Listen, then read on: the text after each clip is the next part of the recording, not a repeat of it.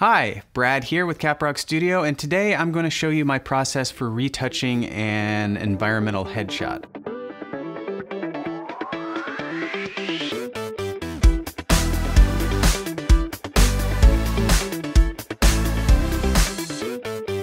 Now, the key with retouching is always to make it look natural. You want somebody to look their best, but still like themselves and not artificial in any way. If you can tell that it's sort of been retouched, then you've probably either done too much or your technique needs to improve. So I want to show you how I do a natural retouch on an environmental headshot. So we've got Jesse here already pulled up into Photoshop, and I've already made some adjustments to the color in Lightroom.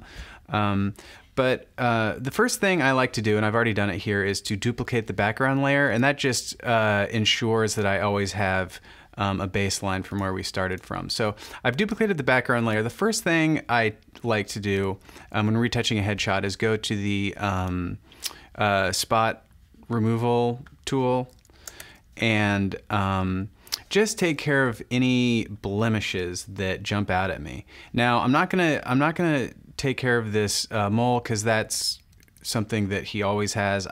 Although I might soften it a little later on. But I'm not actually seeing too much as far as blemishes go. Maybe this sort of dark area here. And here kind of maybe gets rid of some of these white hairs. Now he's got a shaved head, so he doesn't have any stray hairs. I might sort of zap some flyaway hairs if he had any, but he doesn't. I could get this little kind of light area, maybe here. Okay, yeah, not too bad at all. So very few blemishes. Actually, this just jumped out at me right here.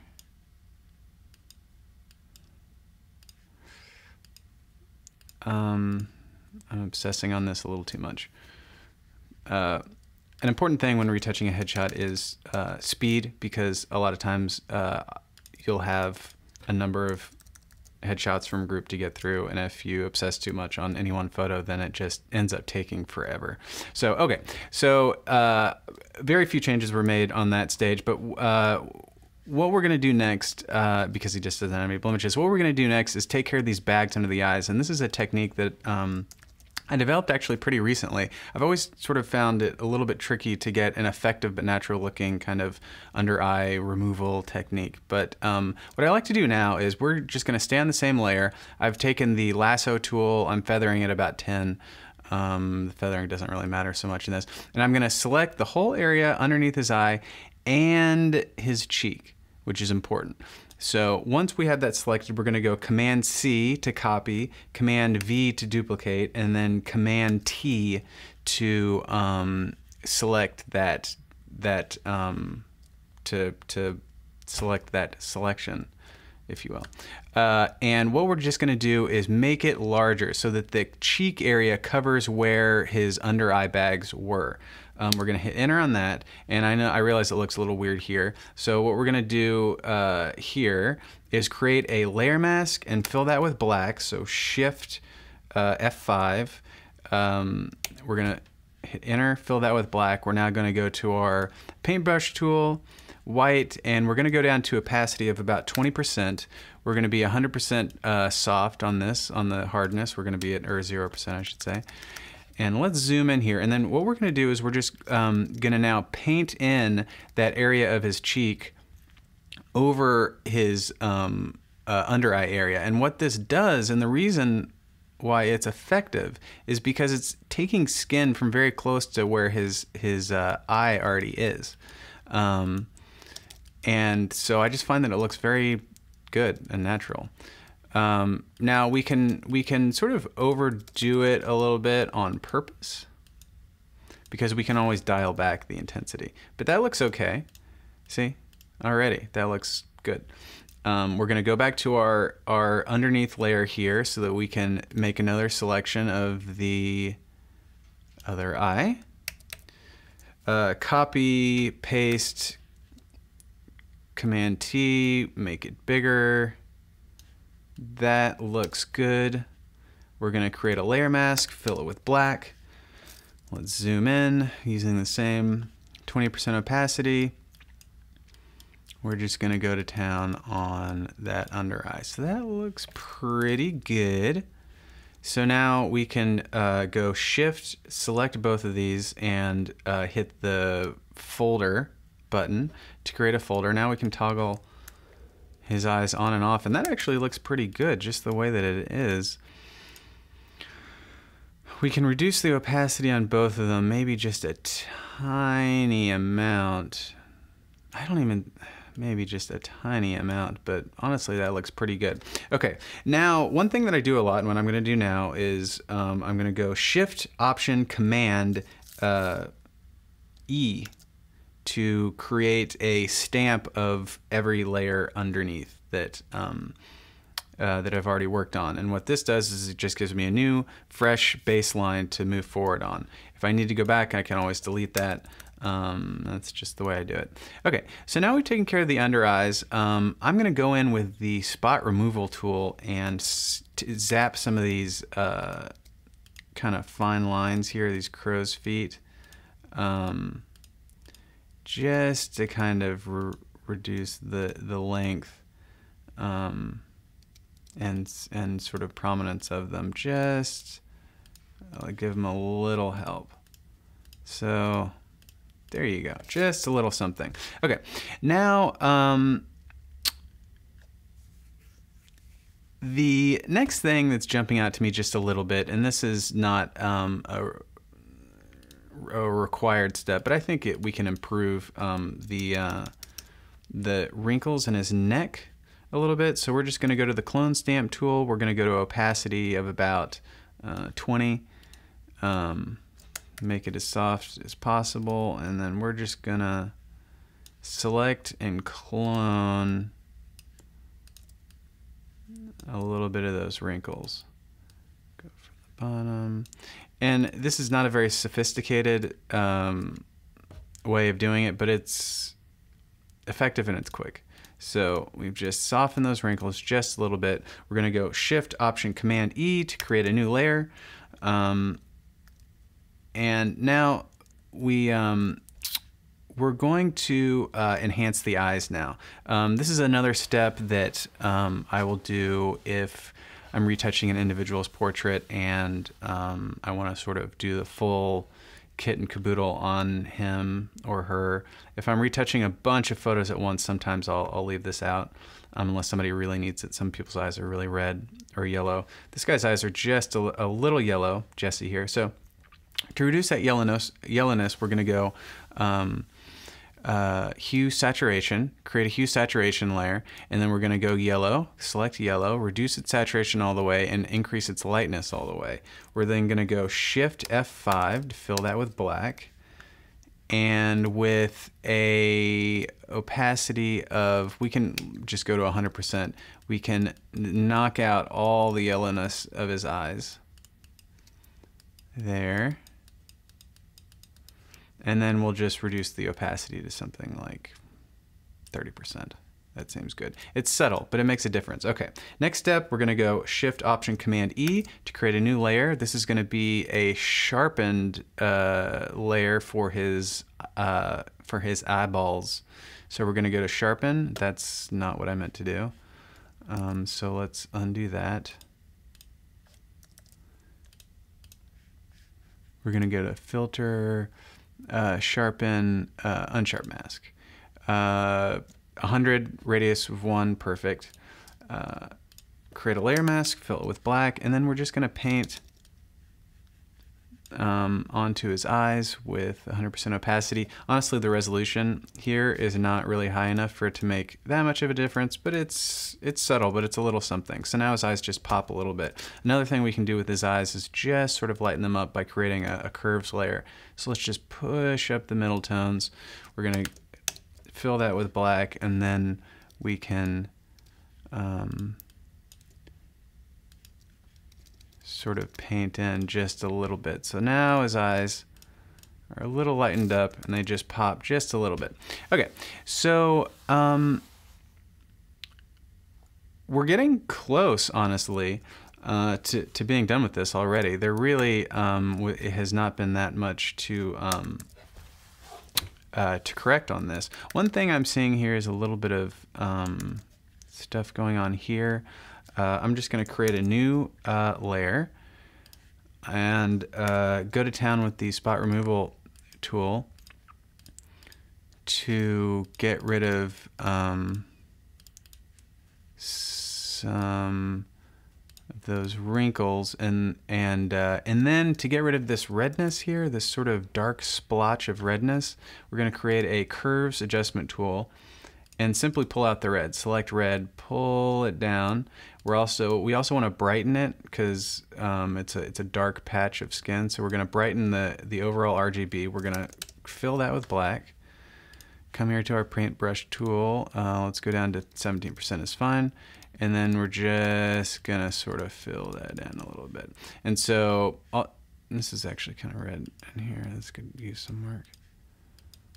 And what this does is it simply lightens that skin and reduces the amount of red in it. Okay, one of the last things I'm gonna do is create a new layer, and we're gonna smooth the skin just a little bit, just sort of around here, around his forehead, and maybe on his cheeks a little bit, and there's a light spot up here. We can kind of diffuse that a little bit. So we've created our new layer. We're gonna go to Filter, High Pass. 18 is probably good. I have a feel for this. Trial and error will get you there. You want to select anywhere between about 9 and 30 even, just depending upon the resolution of the file and what you're trying to do. So we're going to go 18 on the high pass, and then we're going to go a third of that. It's always a third on the Gaussian blur. So 18. So I'm already at 6. So 6 is 1/3 of 18. Yeah. Okay, now we've blurred it. We're gonna adjustment invert the image, and then go to overlay. And then what this has done is given us a nice sort of smoothed out effect. But of course that looks ridiculous, so we're just going to create a layer mask, fill it with black, and then paint in around 40 is good. Just gonna paint in a little bit here, and this is all this is doing is sort of smoothing out the transition points between. See how there's some splotchiness here between this red and his cheek? If you just paint over that, see splotchiness here between that sort of sheen and the rest of his head. You can just paint over that transition zone, just smooths it in. You don't want to overdo it. I can just go to town sort of here in general. It's easy to overdo, so we don't want to do that. But you can see it's a subtle thing, and it makes a difference. That's actually even probably a little bit much. So let's go to 70% opacity. Yeah, that looks good. Okay, the last thing I want to do to this image is to give it this sort of extra kind of pop and shading with the light. I typically like to come in and create various curves, adjustment layers to just sort of even out the brightness of the image. So the light is all sort of on the top and right side of his face, our left, and this side of his face is dark, which I like, but in general, this area of the image is a little bit darker than I think I want it to be. So let's just pull the midtones up. We're gonna fill that layer, and 38% is fine.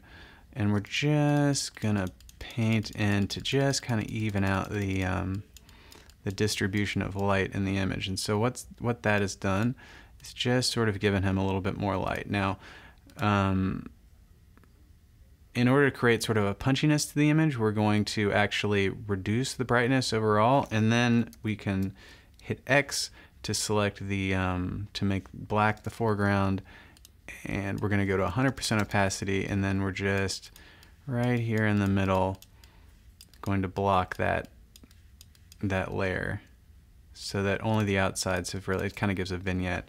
And then I kind of just keep doing this little kind of subtle changes, fill that layer in, This one will just be for his face. We'll make it white, paint white in there.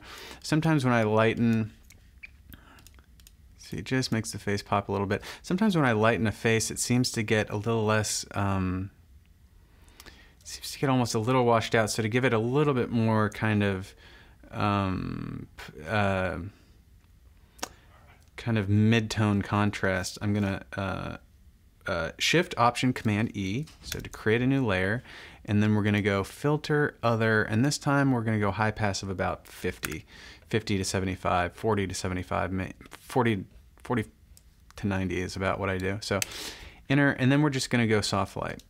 Just change the blending mode to soft light, and what that does is creates this sort of micro contrast. Now that's way too much. Let's reduce the opacity to about 15%, and then we'll hit Option and click and drag that layer mask from the previous layer such that these two layers, now we can delete and then Command Z to undo. It just sort of offsets that artificial brightness that I applied to his face. And that's looking good. That's looking quite good now. So all those curves adjustment layers, I can select all those, and then I mean we could put them all in a folder. And basically, I've just sort of taken the light that was already existing and focused it where I want it in the image, which is typically going to be sort of on his face, and just sort of balanced it out just a little bit more. Just gives it that extra polish. Now the image looks he looks a little green still, or yellowish, just ever so slightly.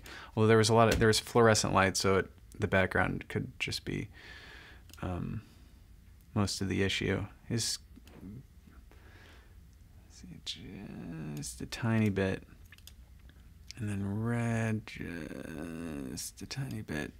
Is that better? It's probably a little bit better, but we're going to reduce the opacity to about 50%. There we go. Yeah. Maybe even 40%. Yeah, that's probably good. And then we're just going to punch it up just a little bit more. The curves adjustment layer.